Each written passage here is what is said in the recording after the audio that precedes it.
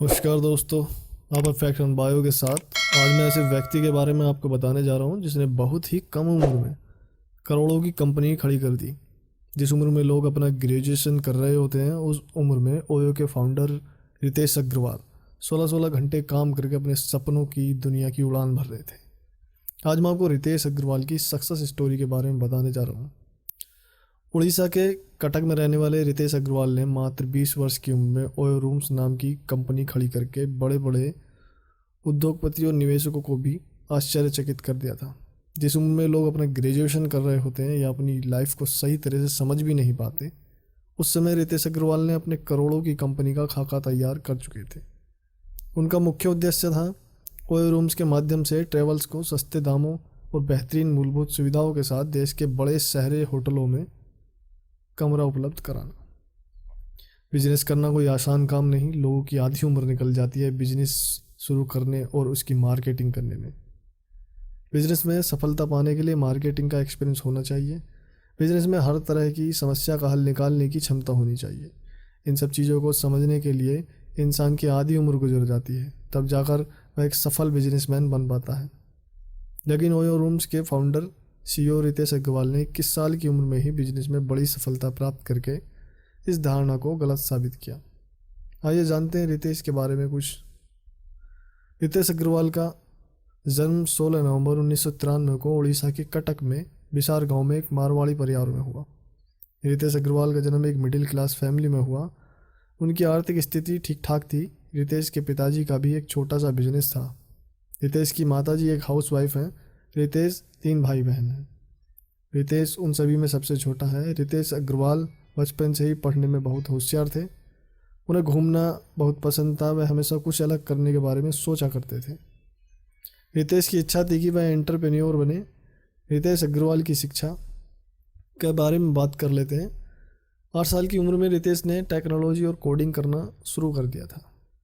रितेश ने अपनी 10वीं तक की पढ़ाई scared heart school Raigarh Orissa से ही की थी। उन्होंने अपनी इंटरमीडिएट की पढ़ाई शुरू करने के बाद इंजीनियरिंग बनाने का सपना लेकर कोटा आ गए। अपनी आईआईटी के एंट्रेंस एग्ज़ाम के लिए उन्होंने कोटा में पढ़ाई की, लेकिन उनका मन पढ़ाई में नहीं लगता था। अंततः उनका सिलेक्शन आईआईटी में नहीं हुआ। बाद में उन्होंने आगे की पढ़ाई पूरी करने के लिए दिल्ली के Indian school of business and finance में एडमिशन लिया। कोटा में ही उन्होंने एक किताब लिखी थी, Indian engineering colleges, A complete encyclopedia of top 100 engineering colleges. और यह पुस्तक देश के 100 सबसे प्रतिष्ठित इंजीनियरिंग कॉलेजों के बारे में थी। इस किताब को देश की सबसे प्रसिद्ध ई कॉमर्स साइट फ्लिपकार्ट पर भी बहुत पसंद किया गया। रितेश ने सिर्फ 16 साल की उम्र में एशियन साइंस कैंप के लिए रितेश अग्रवाल को चुना गया था। इस कैंप में पूरे एशिया के बच्चे आते थे और साइंस टेक्नोलॉजी प्रॉब्लम के ऊपर चर्चा करते हैं और उसे सोल्व करते हैं। रितेश पहले एशिया युवा थे जिनका सिलेक्शन थील फेलोशिप में हुआ था। यहाँ रितेश को $1 लाख मिले थे। इन्होंने 13 साल की उम्र में सिम कार्ड भी बेचे थे। जब रितेश कोटा में आईआईटी के एंट्रेंस एग्ज़ाम की तैयारी कर रहे थे, तब वह वीकेंड पर एंटरप्रेन्योर इवेंट सेमिनार कोर्स को जानने और समझने के लिए दूसरे शहरों में जाया करता था। वह ज़्यादातर दिल्ली में सेमिनार व एंटरप्रेन्योर इवेंट अटेंड करने जाते थे। यहीं से उन्हें अपना बिजनेस शुरू करने का आइडिया मिला था। उन्होंने अपनी पढ़ाई बीच में ही छोड़ दी थी क्योंकि वह बिजनेस करना चाहते थे और दुनिया में अपनी एक अलग पहचान बनाना चाहते थे। उन्होंने 2011 में 18 की उम्र में ही ओरेवल स्टेज नामक से स्टार्टअप किया और 2012 में रितेश ने अपना पहला स्टार्टअप ओरेवल स्टेज नाम की कंपनी से किया। इस कंपनी का उद्देश्य केवल ट्रेवल्स को कम अवधि के लिए कम दामों पर कमरों को उपलब्ध कराना था, जिससे कोई भी आसानी से ऑनलाइन बुकिंग कर सकता था। कंपनी के शुरू होने के कुछ ही महीनों के बाद रितेश अग्रवाल को अपने नए स्टार्टअप के लिए स्टार्टअप में इवेंट इन्वेस्ट करने वाली कंपनी वेंचर नर्सरी से 30 लाख का फंड भी प्राप्त हुआ। अब उनके पास अपनी कंपनी को आगे बढ़ाने के लिए पर्याप्त फंड था। उन्होंने अपने बिजनेस आइडिया को थेल फेलोशिप, जो कि पेपल कंपनी के सह संस्थापक पीटर थेल के थेल फाउंडेशन द्वारा आयोजित एक वैश्विक प्रतियोगिता के समक्ष रखा। उन्होंने इस प्रतियोगिता में 10वां स्थान प्राप्त किया। उन्हें फेलोशिप के रूप में 66 लाख की धनराशि प्राप्त हुई। उन्होंने बहुत ही कम समय में सफलता हासिल कर ली थी और वे अपने स्टार्टअप पर और बारीकी और सावधानी से काम करने लगे। लेकिन उनके इस बिजनेस मॉडल से अपेक्षित लाभ नहीं मिल रहा था और ओरेवल स्टेज धीरे धीरे घाटे में जा रहा था। रितेश परिस्थिति को जितना अधिक सुधारने की कोशिश करते थे वह उतनी स्थिति उतनी ही अधिक खराब होती जाती थी। अंत में उन्हें इस कंपनी को स्थायी रूप से बंद करना पड़ा। रितेश अपने स्टार्टअप के असफल होने से बिल्कुल भी निराश नहीं थे। उन्होंने दोबारा अपना योजना विचार किया ताकि असफलता के कारणों को दूर किया जा सके। दरअसल रितेश को घूमना बहुत पसंद था और वे किसी होटल में रुकते थे तब उन्हें होटल के रूम में भी बहुत पसंद नहीं आते थे। वे रूम बहुत ही गंदे और गंद से भरे होते थे। अपने इसी अनुभव के आधार पर उन्होंने अनुभव किया कि भारत में सस्ते होटल में कमरा मिलना ना मिलना कोई समस्या नहीं है, बल्कि समस्या है होटल्स का कम पैसों में बेहतरीन मूलभूत सुविधाओं को प्रदान न कर पाना। उन्होंने पूरा दोबारा से ओरेवल स्टेज को नए बदलाव के साथ शुरू करने का विचार किया। उन्होंने वर्ष 2013 में ओरेवल स्टेज का नाम ओयो रूम्स के रूप में बदल दिया। इस तरह रितेश ने ओयो रूम्स के नाम से नए नियम के साथ ओरेवल स्टेज को पुनः लॉन्च किया। अब लोग ओरेवल स्टेज को ओयो रूम्स के नाम से जानने लगे थे।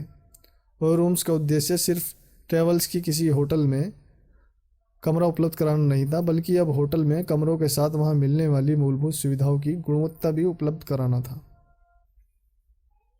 ओयो रूम्स ने अपने नियम बनाए और ओयो रूम्स के साथ जो होटल जुड़ना चाहता था उसे ओयो रूम्स के नियम फॉलो करने पड़ेंगे। इस तरह से जो होटल ओयो रूम्स के नियम के हिसाब से फिट रहता वह होटल ओयो रूम के साथ जुड़ जाता और उनके कर्मचारी होटल का निरीक्षण करने जाते थे और वहां होटल के कमरों की अन्य सुविधाओं को निरीक्षण करते थे। रितेश अग्रवाल अपनी पिछली गलतियों से सबक लेकर दिन रात मेहनत करने में लग गए।